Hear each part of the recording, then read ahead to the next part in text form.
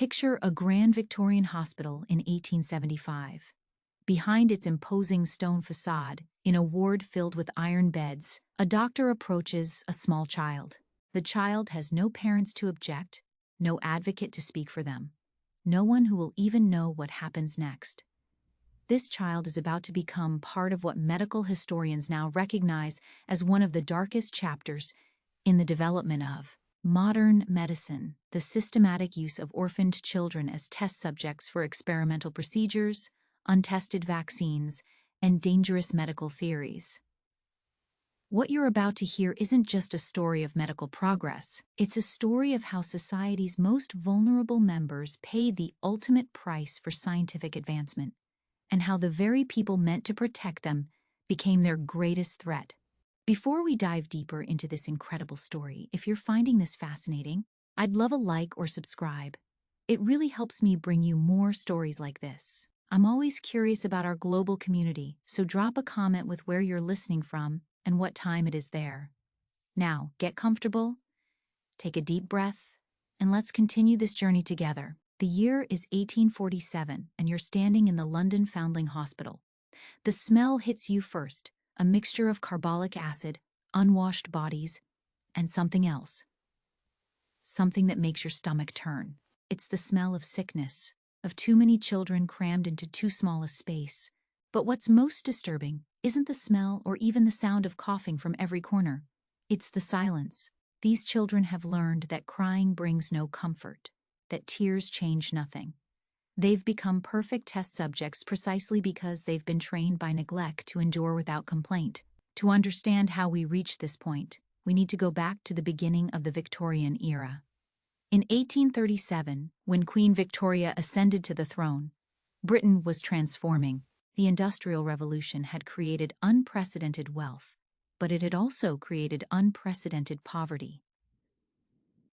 Cities swelled with factory workers living in conditions that would shock modern sensibilities. In these overcrowded slums, disease spread like wildfire: cholera, typhoid, tuberculosis. They killed indiscriminately, but they killed the poor most of all. The transformation was staggering in its scope. In 1801, only about 20% of Britain's population lived in cities. By 1851, that number had risen to over 50%. London alone grew from 1 million inhabitants to over 2.5 million in just 50 years. This massive urbanization created problems no one was prepared for. Sewage systems couldn't cope. Clean water was scarce. Families of 8 or 10 people lived in single rooms. Disease wasn't just common, it was inevitable. And among the poor, none were more vulnerable than orphans. The statistics are staggering. In 1850, there were an estimated 30,000 orphans in London alone. These weren't just children who had lost both parents. The Victorian definition of orphan was broader. It included children abandoned by parents who couldn't afford to keep them, illegitimate children whose mothers faced social ruin, and children whose surviving parent simply couldn't cope. The workhouses and orphanages that took them in were overwhelmed. In some institutions, the mortality rate for infants was over 90%. 9 out of 10 babies who entered these places never saw their first birthday. But these numbers don't tell the whole story. Behind each statistic was a tragedy: a mother dying in childbirth, leaving a father who couldn't care for an infant while working 14-hour days in a factory, a family struck down by cholera, leaving children with no relatives able to take them in, a young woman pregnant out of wedlock, forced to give up her baby or face complete social ostracism. The orphanages filled with the casualties of industrialization, each child a testament to the human cost of progress. The institutions themselves were nightmarish places. Built to house hundreds, they often held thousands. The Infant Poor Establishment in North London, designed for 300 children, regularly held over 1,000. Children slept 3 or 4 to a bed, if they had beds at all. Many slept on straw on the floor. Food was scarce and poor quality. A typical day's ration might be 6 ounces of bread, a pint of gruel, and if they were lucky, an ounce of cheese. Meat was served perhaps once a week, and then only the poorest quality, often spoiled. This is where our story truly begins. Because into this humanitarian crisis stepped the medical establishment, and they saw not just tragedy, but opportunity. Here were thousands of children with no one to protect them, no one to object to their treatment, no one to ask questions if something went wrong. They were, in the cold calculation of Victorian medical thinking, perfect, experimental subjects. Dr. Thomas Wakely, founder of the Lancet Medical Journal, wrote in 1840 something that would chill modern readers. The advancing of medical science requires sacrifice. Where better to find willing subjects than among those who already owe their very sustenance to the charity of the state? This wasn't a fringe view. This was the mainstream medical establishment speaking. The medical profession in Victorian Britain was undergoing its own transformation. For centuries, medicine had been a craft passed down through apprenticeships, mixed with folklore and superstition. But the Victorian era saw medicine trying to establish itself as a rigorous science. Universities were establishing medical schools. Professional organizations were forming. Medical journals were being published. And with this professionalization came pressure. Pressure to publish, pressure to discover, pressure to advance human knowledge. This pressure created a desperate need for experimental subjects. Animals were used, certainly, but animal experimentation had limitations. How did you test a treatment for a specifically human disease? How did you know if a surgical technique that worked on a dog would work on a person? The answer, for too many Victorian doctors, was found in the orphanages. Let me take you inside one of these institutions, the Drouais establishment at Tooting, which would later become infamous in the cholera outbreak of 1849. Before that scandal broke, it was just another overcrowded orphanage where medical men came to test their theories. Picture walking through those doors. The first thing that strikes you is how many children there are. They're everywhere, in the corridors, packed into dormitories, huddled in corners. The official capacity is 300. The actual number is closer to 1,400. The building itself is falling apart. Plaster peels from the walls. Windows are broken and stuffed with rags. In winter, ice forms on the inside of the windows. In summer, the heat is stifling, and the smell becomes unbearable. There's no proper ventilation.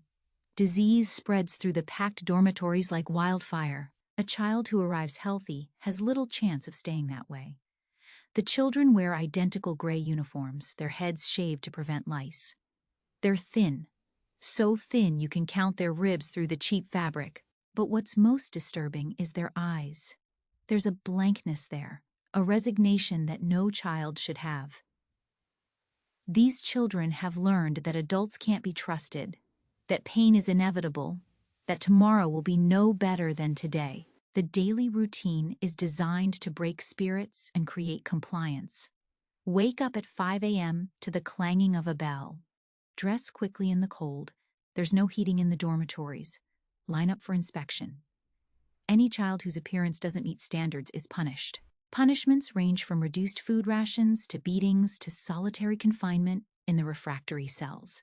Dark, underground rooms where difficult children are left for days. It's breakfast time, and the children line up for their meal. It's the same every day, a piece of bread and a bowl of gruel so thin you can see through it. The bread is often moldy, the gruel made from the cheapest ingredients available. Malnutrition is endemic. Scurvy, rickets, and other diseases of deficiency mark almost every child. Their weakened state makes them even more vulnerable to what's coming. After breakfast comes work. Even young children are expected to contribute. Boys might pick oakum, unraveling old ropes so the fibers can be reused. It's hard work that leaves fingers bloody and raw. Girls might do laundry or sewing, working in steamy, hot conditions for hours. The work is meant to teach them useful skills, but it's really about keeping them exhausted and compliant. A tired child is less likely to cause trouble, but on certain days the routine changes. After breakfast, the medical men arrive. They wear fine clothes, top hats, and carry leather bags filled with instruments. To the children, they must seem like visitors from another world. The staff treats these men with deference, even awe. After all, these are respected physicians, members of the Royal College, published authors of medical papers. Surely what they're doing must be for the greater good. The children are lined up for inspection. The doctors walk among them, making notes, selecting subjects. They look for specific traits. This child for testing a new tuberculosis treatment. That one for experimenting with surgical techniques. Another group for vaccine trials. The selection process is matter-of-fact, clinical. These aren't seen as children with names and histories and feelings. They're specimens. Let me tell you about the types of experiments that were conducted. Starting with the disease transmission studies. Victorian doctors were beginning to understand that diseases could be contagious, but they didn't understand how. Germ theory was still controversial. Many doctors believed in miasma theory, that disease was caused by bad air. Others thought it was about moral failing or constitutional weakness. To settle these debates, they needed to experiment. One particular case that exemplifies the horror of what was happening occurred in 1854 at the Hospital for Sick Children in Great Ormond Street. Yes, the same hospital that would later become world-renowned for pediatric care. A series of experiments were conducted on orphan children with tuberculosis. The physician in charge, whose name I'll refrain from mentioning out of respect for his descendants, wanted to test his theory about the transmission of the disease. He deliberately exposed healthy orphan children to tuberculosis patients, having them sleep in the same beds, share eating utensils, and breathe the same air in closed rooms. But he went further than that. He collected sputum from tuberculosis patients and mixed it into the food of healthy children. He had infected children cough directly into the faces of healthy ones. He even tried injecting tubercular material under the skin of healthy children to see if the disease could be transmitted that way. His goal was to document how the disease spread, how long it took for symptoms to appear, which children were most susceptible. Of the 12 children in his initial experiment, 9 contracted tuberculosis. 5 died within 6 months. The remaining 4 suffered from the disease for the rest of their shortened lives. What makes this even more appalling is that the doctor published his findings in a respected medical journal. He was praised for his rigorous methodology and contribution to understanding disease transmission. There was no mention of consent, because of course, there was none. No discussion of ethics, because the ethics of experimenting on orphans simply wasn't questioned. These children's suffering and death were reduced to data points in a scientific paper, but tuberculosis experiments were just the beginning. Let's talk about the vaccine trials. In the 1860s and 1870s, new vaccines were being developed for various diseases. But how to test them? You couldn't ethically test an unproven vaccine on middle-class children with parents who might object, who might sue, who might raise a public outcry if something went wrong. But orphans? They had no such protection. The development of the smallpox vaccine provides a particularly horrifying example. While Edward Jenner's initial development of the vaccine in 1796 used his gardener's son with permission, the subsequent testing and refinement of vaccination techniques relied heavily on orphaned children. Different preparations were tested, some using material from cows, others from previously vaccinated humans. The strength of the vaccine material varied wildly. Some batches were contaminated with other diseases. Dr. Charles Creighton, writing in 1889, described vaccine trials conducted 20 years earlier. Groups of foundling children were selected for inoculation with various preparations. Some received the standard preparation, others modified versions with different preservation methods. Still others were given multiple doses to test for enhanced immunity. What he doesn't mention in his clinical description is what happened to the children who received the failed preparations. The fevers that raged for days, the convulsions, the deaths that were recorded simply as vaccine reaction, preparation unsuccessful. One particularly horrific trial involved testing vaccines that had been stored in different ways. Some vaccines were kept cold, others at room temperature, some were dried and reconstituted. Orphaned children were divided into groups, each receiving a differently stored vaccine. The doctors wanted to know which storage method maintained potency.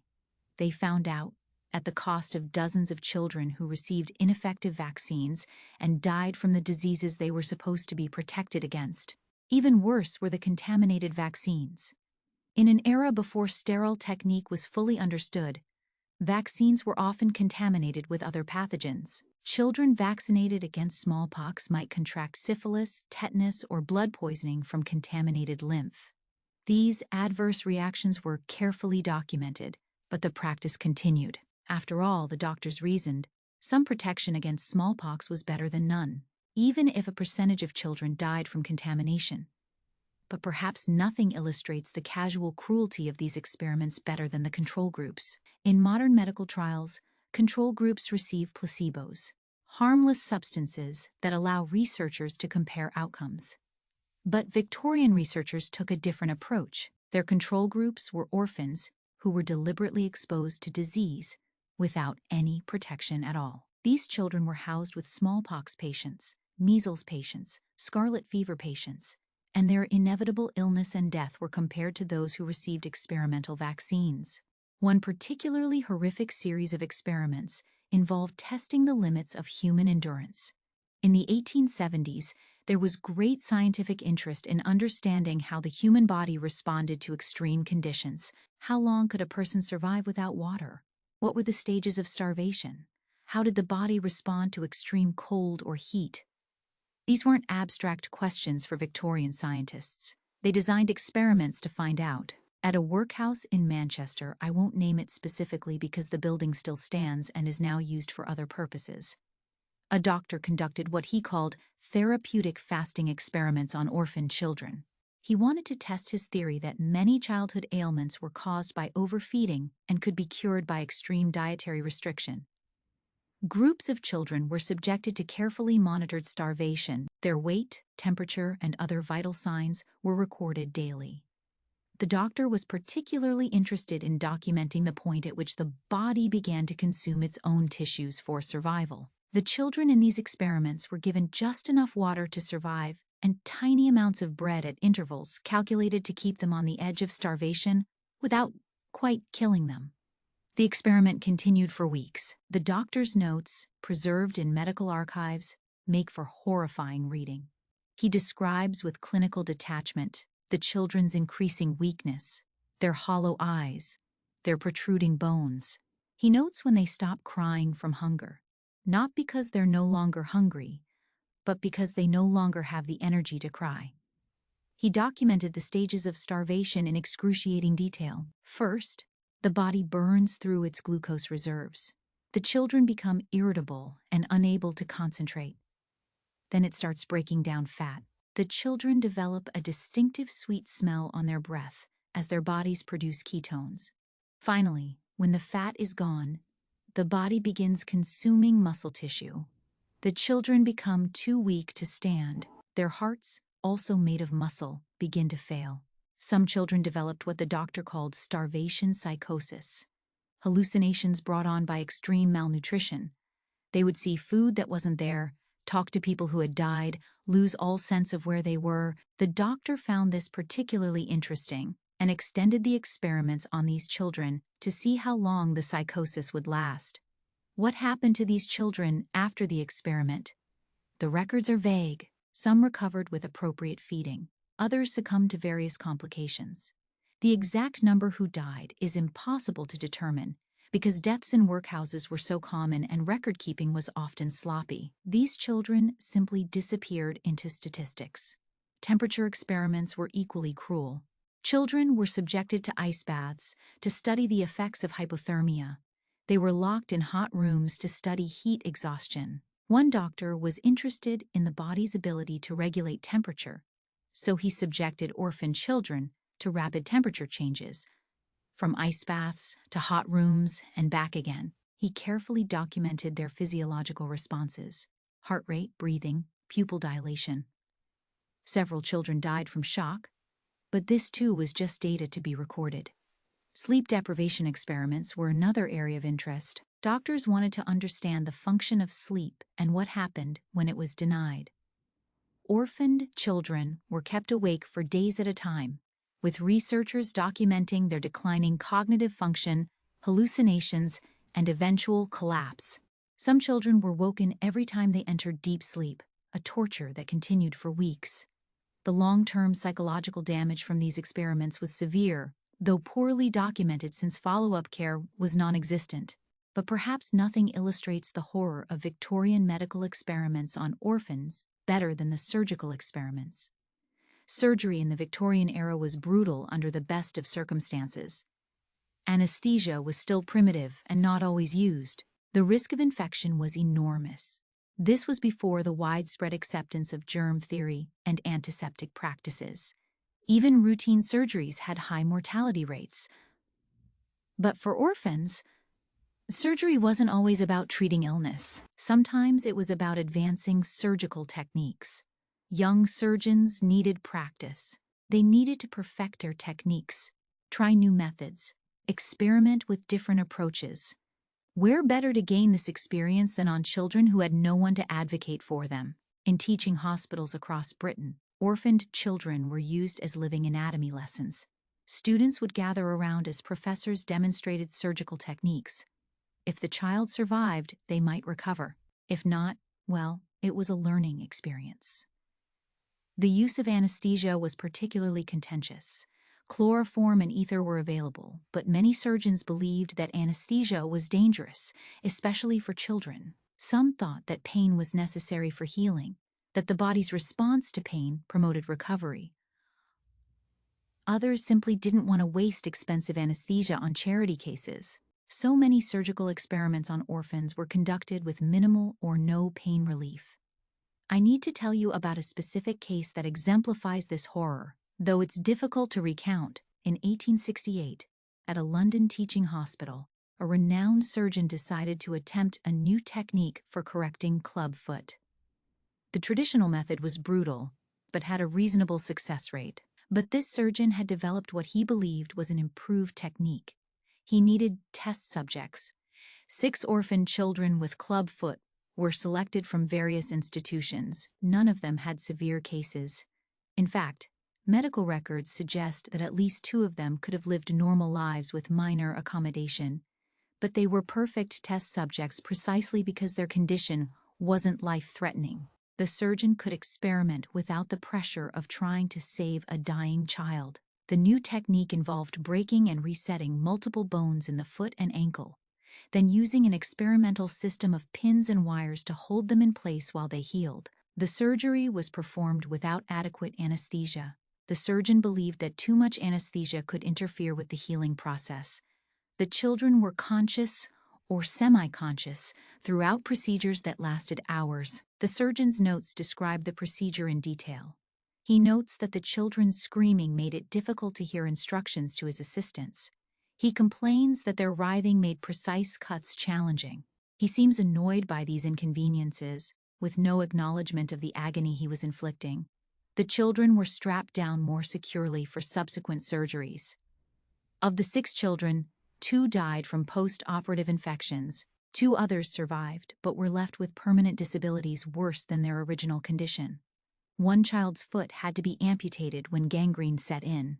Only 1 child could be considered a success, and even he walked with a severe limp for the rest of his life. The surgeon published his results, concluding that while the technique shows promise, further refinement is needed. He made no mention of the failed cases being orphans, presenting them simply as pediatric patients. Experimental surgeries weren't limited to orthopedic procedures. Orphaned children were used to test new techniques for removing tumors, repairing hernias, and treating various deformities. One particularly gruesome series of experiments involved testing different methods of amputation. The surgeon wanted to determine which technique resulted in the best healing and lowest mortality rate. Orphaned children who had suffered injuries or infections that might require amputation were divided into groups, each receiving a different style of amputation. The mortality rates were carefully recorded and compared. Brain surgery experiments were perhaps the most horrific of all. In the 1870s, Doctors were just beginning to understand the localization of brain functions. They knew that damage to different parts of the brain caused different symptoms, but they wanted to understand more. Orphaned children with head injuries or seizure disorders became test subjects. Holes were drilled in their skulls, and various areas of the brain were probed or damaged to see what functions were affected. One doctor, fascinated by the relationship between brain injury and personality, deliberately damaged specific areas of orphaned children's brains to document the personality changes that resulted. His notes described children who went from being cheerful and affectionate to morose and violent after specific brain lesions. Others lost the ability to speak or recognize faces. The doctor saw these as successful experiments that advanced understanding of brain function. The children who survived were left with permanent disabilities and personality changes that made them even more difficult to place in home. Eye surgery experiments were common because the eye was relatively accessible, and vision problems were widespread among malnourished orphans. Experimental techniques for cataract removal, correction of crossed eyes, and treatment of infections were all tested on orphaned children. Many children who entered these experiments with minor vision problems left completely blind. One doctor, testing a new chemical treatment for eye infections, blinded an entire ward of children when the concentration proved too strong. This brings us to one of the most disturbing aspects of these experiments: the complete dehumanization of the children involved. In medical papers of the era, orphaned children are rarely referred to by name. They're subject A or case 3 or simply the specimen. Their histories, their personalities, their fears and hopes, none of this mattered. They existed solely as bodies to be experimented upon. The language used in medical journals of the time is revealing. Orphans are described as material or clinical resources. One physician wrote about the fortunate abundance of foundling subjects available for research. Another praised a particular orphanage for its cooperative administration in making children available for experiments. This wasn't hidden or shameful. It was stated openly in respected medical publications. But the dehumanization went beyond language. It was embedded in every aspect of how these experiments were conducted. Children were often not told what was happening to them.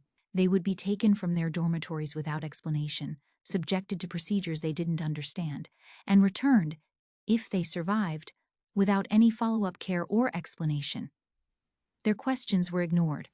Their fears were dismissed. Their pain was seen as irrelevant to the scientific process.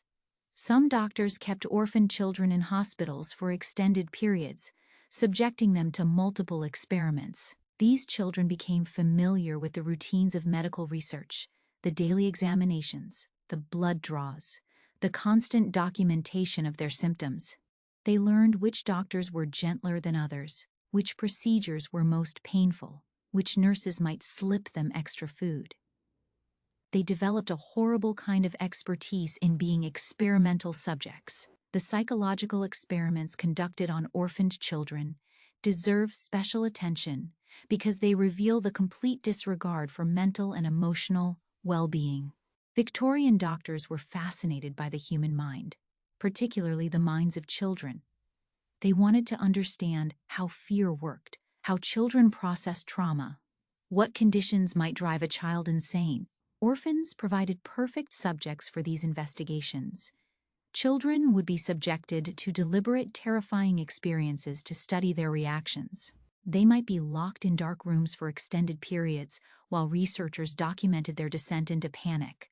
The descriptions in medical journals are chilling. One doctor wrote about the interesting progression from initial distress through acute panic to eventual catatonic withdrawal in children locked in darkness. He noted that younger children took longer to reach the withdrawal stage, which he found noteworthy for understanding developmental psychology. Sensory deprivation experiments went beyond simple darkness. Children might have their eyes bandaged and ears plugged for days at a time. They were kept in silent, isolated rooms to see how long it took for hallucinations to begin. One researcher was particularly interested in the content of hallucinations and would interview children extensively about what they saw and heard. he found that orphan children were more likely to hallucinate about food and family members than other subjects, which he considered significant. Some experiments were designed to induce specific phobias. Children would be exposed to whatever the researcher wanted them to fear: rats, snakes, loud noises, water, in controlled but terrifying ways. The development of the phobia was carefully documented. Then various methods of either reinforcing or attempting to cure the phobia were tested. These experiments often left children with lifelong terrors that made their already difficult lives even harder. One particularly cruel series of experiments involved separating children who had formed attachments to each other. In the harsh world of the orphanage, friendships were often the only source of comfort. Researchers deliberately broke up these friendships to study the psychological effects of loss and abandonment. They would document the children's grief, their behavioral changes, their attempts to cope with the loss. It was emotional torture disguised as scientific research. Some researchers were interested in how children formed attachments in the first place. They would place children together and document how friendships developed, then separate them just as bonds were forming. Others studied the effects of isolation by keeping children in solitary confinement for extended periods, allowing human contact only for feeding and basic care. The long-term psychological damage from these experiments was severe and lasting. The sexual abuse that occurred under the guise of medical examination is perhaps the most difficult aspect to discuss, but it's crucial to understanding the full scope of these horrors. Victorian society was obsessed with sexuality while simultaneously being deeply repressive about it. This created an environment where medical examinations could be used as cover for abuse. Doctors studying moral insanity and degeneracy conducted invasive examinations of orphaned children, particularly girls. These examinations went far beyond anything medically necessary. Children were subjected to repeated, traumatic procedures that left lasting psychological scars. The doctors justified this by claiming they were studying the early signs of moral corruption or looking for physical indicators of future criminality. The theory of degeneracy was particularly harmful. Victorian doctors believed that poverty, criminality, and sexual deviance were hereditary and could be detected through physical examination. Orphaned children, already suspected of having bad blood, were subjected to humiliating and invasive procedures to document their supposed degeneracy. Head measurements, genital examinations, and documentation of any physical abnormalities were standard practice. Some of these examinations were photographed for medical documentation. These photographs, which still exist in some archives, are deeply disturbing.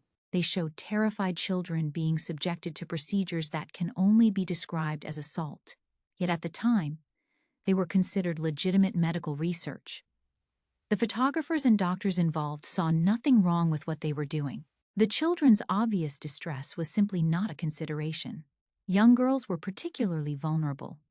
Victorian medical theory held that females were naturally more prone to hysteria and moral weakness. Orphaned girls were examined for signs of future prostitution or mental illness. These examinations were often conducted by male doctors with no female supervision. The trauma inflicted on these children in the name of medical research is incalculable. But even as these horrors were occurring, there were voices of dissent. Not everyone in Victorian society accepted the exploitation of orphans as necessary or justified. Social reformers, religious leaders, and even some doctors began to speak out against these practices. Their efforts would eventually lead to change, but it was a long, difficult struggle. One of the earliest and most vocal critics was Lord Shaftesbury, a social reformer who dedicated his life to improving conditions for the poor. In 1849, he led an investigation into conditions at the Drouais establishment at Tooting, where a cholera outbreak had killed 180 children. What he discovered went beyond mere neglect. He found evidence of medical experiments being conducted on children who were already weakened by malnutrition and disease.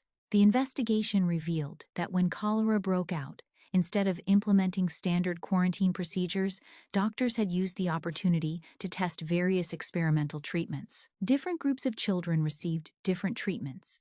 Some were given massive doses of opium, Others were subjected to ice baths. Still others were given experimental purgatives that caused violent vomiting and diarrhea. The doctors carefully documented which treatments resulted in the highest survival rates, seemingly oblivious to the fact that they were experimenting on desperately ill children. Shaftesbury's report to Parliament was damning. He described children being used to test unproven cholera treatments, including dangerous purges and experimental medications. He told of children being deliberately exposed to cholera to study the progression of the disease. His speech to the House of Lords left many members visibly shaken, but even then, change was slow to come. The medical establishment pushed back hard against criticism. They argued that these experiments were necessary for the advancement of science. They pointed to genuine medical breakthroughs that had resulted from research on orphans. They accused reformers of being sentimental and anti-progress. The debate raged in medical journals, newspapers, and Parliament for decades. The pages of The Lancet and the British Medical Journal from this period make for fascinating reading. Doctors wrote passionate defenses of experimentation on orphans. They argued that these children were already doomed to short, miserable lives. Wasn't it better that their suffering should contribute to medical knowledge that might save future generations? They presented themselves as heroes, sacrificing their own emotional comfort to advance human knowledge. But gradually, opposing voices grew louder. Some doctors began to question not just the ethics, but the scientific validity of experiments on malnourished, terrified children. How could results obtained from such compromised subjects be considered reliable? Were findings from experiments on orphans even applicable to well-fed, healthy patients? These practical concerns sometimes carried more weight than moral arguments. One of the most powerful voices against these practices came from an unexpected source, a nurse named Florence Nightingale. While she's best known for her work during the Crimean War, Nightingale was also a fierce advocate for the rights of poor children. She had seen firsthand the results of medical experiments on orphans and was horrified. Nightingale's position gave her unique credibility. She couldn't be dismissed as a sentimental reformer with no understanding of medical necessity. She had worked in the worst conditions imaginable, had seen death and suffering on a massive scale. When she spoke out against the experimentation on orphans, people listened. In her writings, Nightingale didn't mince words. She called the experimentation on orphans murder by degrees and accused the medical establishment of treating poor children as less than human. She used her considerable influence to push for reforms, including better oversight of orphanages and restrictions on medical access to children. Nightingale was particularly effective because she attacked the practice on multiple fronts. She questioned the scientific validity of the experiments, arguing that terrified, malnourished children couldn't provide reliable data. She highlighted the public health risks of allowing diseases to spread through orphanages in the name of research. She appealed to Christian charity and British honor. How could a nation that prided itself on civilization allow such barbarism? Charles Dickens, the most popular writer of the era, also played a crucial role in changing public opinion. His novels often featured orphaned children suffering at the hands of cruel adults. While his fiction didn't directly address medical experimentation, it helped create sympathy for orphans and outrage at their mistreatment. Oliver Twist, David Copperfield, and other characters became symbols of innocent children failed by society. Dickens had personal experience with poverty and came close to being institutionalized himself as a child when his father was imprisoned for debt. This gave his writing about poor children an authenticity and passion that resonated with readers. His descriptions of workhouse conditions, based on careful research and interviews with survivors, shocked middle-class readers who had no idea such places existed in their civilized nation. But perhaps the most effective advocates were the survivors themselves. As some orphans grew to adulthood, they began to tell their stories. These accounts, published in newspapers and pamphlets, brought the reality of medical experimentation to the public in a way that statistics and parliamentary reports couldn't. The public read first-hand accounts of children watching their friends die in agony, of being subjected to terrifying procedures, of living in constant fear. One such account came from a woman named Sarah Carpenter, who had spent her childhood in a London orphanage in the 1860s. Her testimony, published in 1885, described being selected for a series of experiments testing the effects of various toxic substances. She was forced to ingest small amounts of different poisons while doctors recorded her symptoms. She survived, but many of her fellow test subjects didn't. Sarah's account was particularly powerful because she named names. She identified the doctors involved, the institutions where experiments took place, and the administrators who allowed it to happen. Her testimony led to a parliamentary inquiry, though by then many of the perpetrators had died or retired. Another survivor, Thomas Whitmore, published his memoir in 1888. He described being subjected to surgical experiments as a child, including multiple operations on his leg that left him permanently disabled. His account of being held down by hospital attendants while surgeons operated without anesthesia brought tears to the eyes of hardened parliamentarians.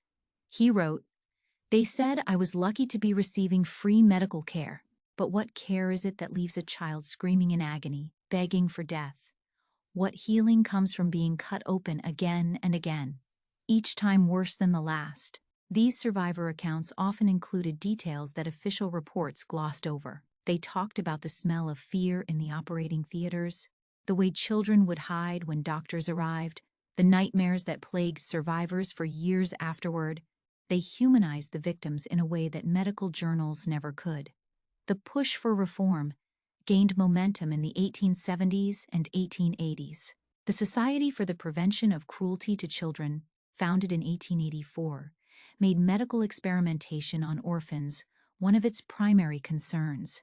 They conducted investigations, published reports, and lobbied for legislative change. Their work was dangerous. They faced legal threats from powerful medical institutions and sometimes physical violence from those who profited from the status quo. The Society's investigators would pose as charitable visitors to gain access to orphanages. They documented conditions, interviewed children when possible, and gathered evidence of medical experimentation. Their reports make for harrowing reading. They describe children with surgical scars covering their bodies, others showing clear signs of malnutrition from starvation experiments, still others exhibiting the psychological symptoms of sustained trauma. One particularly damning report from 1886 documented conditions at a Yorkshire orphanage where medical experiments were routine. The investigator described finding children who had been subjected to repeated blood draws until they were severely anemic.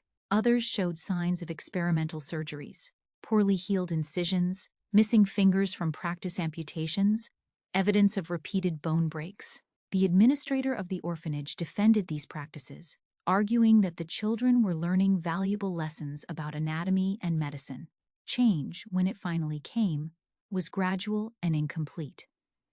The first major legislative victory was the Prevention of Cruelty to Children Act of 1889, which gave authorities the power to intervene in cases of child abuse.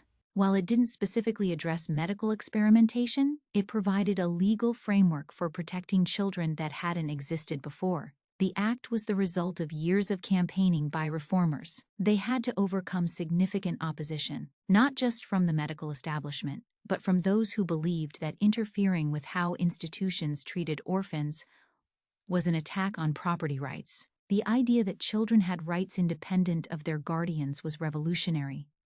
More specific protections came with the Custody of Children Act of 1891 and subsequent legislation that gradually established the principle that children had rights independent of their parents or guardians. This was revolutionary thinking for the time. The idea that an orphan had the same right to protection as a wealthy child was radical. The medical establishment didn't give up without a fight. They argued that regulations would stifle medical progress. They claimed that orphans were already receiving better care in hospitals than in orphanages. They warned that restricting medical access to orphans would result in more deaths from untreated diseases. Some doctors threatened to withdraw all medical services from orphanages if experimentation was forbidden. But public opinion had shifted. The survivor testimonies, the investigations by child protection societies, and the work of reformers like Shaftesbury and Nightingale had created a climate where medical experimentation on orphans was no longer acceptable. Middle-class Victorians, who had been largely ignorant of what was happening in orphanages, were horrified when confronted with the reality. The role of women in the reform movement was crucial. As women gained more public influence in the late Victorian period, they often focused on child welfare issues. Women's charitable organizations conducted their own investigations and published their own reports. They organized boycotts of hospitals known to experiment on orphans. They raised funds to establish alternative orphanages where children would be protected from medical exploitation. But even as laws changed, practices were slow to follow. Well into the 20th century, there were still cases of orphans being used for medical experiments without proper consent or oversight. The last documented case of clear medical experimentation on orphans in Britain occurred in 1922. Though some argue that subtler forms of exploitation continued much longer. This 1922 case involved a doctor in Birmingham who was testing a new treatment for rickets. He divided orphaned children into groups, giving some the experimental treatment while deliberately withholding it from others to create a control group. When several children in the control group developed severe rickets, leading to permanent deformities, public outrage finally forced authorities to act. The doctor was stripped of his medical license, one of the first times such severe professional consequences resulted from experimenting on orphans. The legacy of these experiments is complex and painful. On one hand, some genuine medical advances did result from this research. Vaccines were developed that saved millions of lives. Surgical techniques were refined. Our understanding of disease transmission improved dramatically, but these advances came at an unconscionable cost: the suffering and death of countless innocent children. It's important to note that the medical knowledge gained from these experiments was often flawed. Experiments conducted on terrified, malnourished children didn't always produce results applicable to the general population. Many of the discoveries made through orphan experimentation were later disproven or significantly revised. The suffering, in many cases, was for nothing. Modern medical ethics, with its emphasis on informed consent and the protection of vulnerable populations, grew directly from the horrors of the Victorian era. The Nuremberg Code, developed after World War II in response to Nazi medical experiments, drew on earlier efforts to protect orphans from medical exploitation. The principle that no scientific advance is worth the deliberate suffering of innocents was written in the blood of Victorian orphans. The development of institutional review boards, ethics committees, and strict protocols for human subject research all have their roots in the Victorian orphan scandals. Every time a researcher submits a proposal for human subject research, they must demonstrate that vulnerable populations are protected. This requirement exists because of what happened in those Victorian orphanages. Today, when we take our children for vaccinations or consent to medical procedures, we do so with protections that exist because of what happened to those forgotten children. Every ethics committee, every consent form, every regulation protecting research subjects exists because society finally recognized that what happened in those Victorian orphanages was unforgivable. But we must be careful not to see this as simply a story of past horrors from which we've moved on. The exploitation of vulnerable populations for medical research didn't end with the Victorian era. Throughout the 20th century and even into the 21st, there have been cases of prisoners, the mentally ill, racial minorities, and the poor being subjected to medical experiments without proper consent. The Tuskegee syphilis experiments, the Guatemala syphilis experiments, the use of institutionalized children for hepatitis research in the 1960s, all these show that the capacity for medical exploitation didn't die with Queen Victoria. The Willowbrook State School hepatitis experiments in New York from 1956 to 1971 show how recently such practices continued. Mentally disabled children were deliberately infected with hepatitis to study the disease's progression and test vaccines. Parents were told their children could only be admitted to the overcrowded facility if they agreed to the experiments. It was Victorian orphan experimentation in all but name, occurring well into the modern era. What the Victorian experience teaches us is the danger of dehumanizing any group of people. Once orphans were seen as less than, it became easy to justify their use as experimental subjects. Once their suffering was viewed as acceptable for the greater good, atrocities became routine. This is a pattern we see repeated throughout history whenever one group is deemed expendable for the benefit of others. The children who suffered in those Victorian experiments had names, though most are lost to history. They had hopes and dreams, fears and friendships. They laughed and cried and tried to make sense of a world that showed them no mercy. They were not specimens or subjects or cases. They were children who deserved protection and care and love. Instead, they got pain and fear and death in the name of progress. As we near the end of this dark journey through history, I want to tell you about one last child. Her name was Mary, and she lived in a Birmingham orphanage in the 1870s. We know about Mary because a young doctor, horrified by what he was asked to do, kept a secret journal. In it, he recorded not just the medical details of experiments, but the human details usually left out of official records. Mary was 12 years old when she was selected for a series of experiments testing new treatments for scarlet fever. She had red hair that she tried to keep neat despite the orphanage's attempts to cut it short. She liked to sing, though singing was usually forbidden. She had a friend named Alice who shared her bed in the overcrowded dormitory. The doctor's journal provides unusual detail about Mary's life before the experiments. She had been in the orphanage since age 4. When her mother died of consumption and her father, a dock worker, couldn't care for her. She could read and write, having learned from an older girl in the orphanage. She helped care for the younger children and was known for telling them stories to help them sleep. When Mary was taken for the experiments, Alice tried to go with her. The girls had to be physically separated. Mary was subjected to a series of increasingly desperate treatments as the experimental medicine failed to work and the induced scarlet fever took hold. The young doctor recorded her declining condition, but also her words. She asked about Alice constantly. She wanted to know if she would be better in time for Christmas. She asked if the doctor could bring her a ribbon for her hair. As Mary's condition worsened, the experimental treatments became more extreme. She was subjected to ice baths to reduce her fever, which sent her body into shock. She was given purgatives that left her violently ill. Experimental medicines were injected directly into her bloodstream. Through it all, she tried to maintain hope, telling the doctor about things she would do when she got better. Mary died after 6 days. Her last words, according to the doctor's journal, were, "Tell Alice, I'm sorry." Sorry for what? For dying? For leaving her friend alone? We'll never know. Alice herself died 3 months later in another experiment. They were buried in unmarked graves with dozens of other orphans.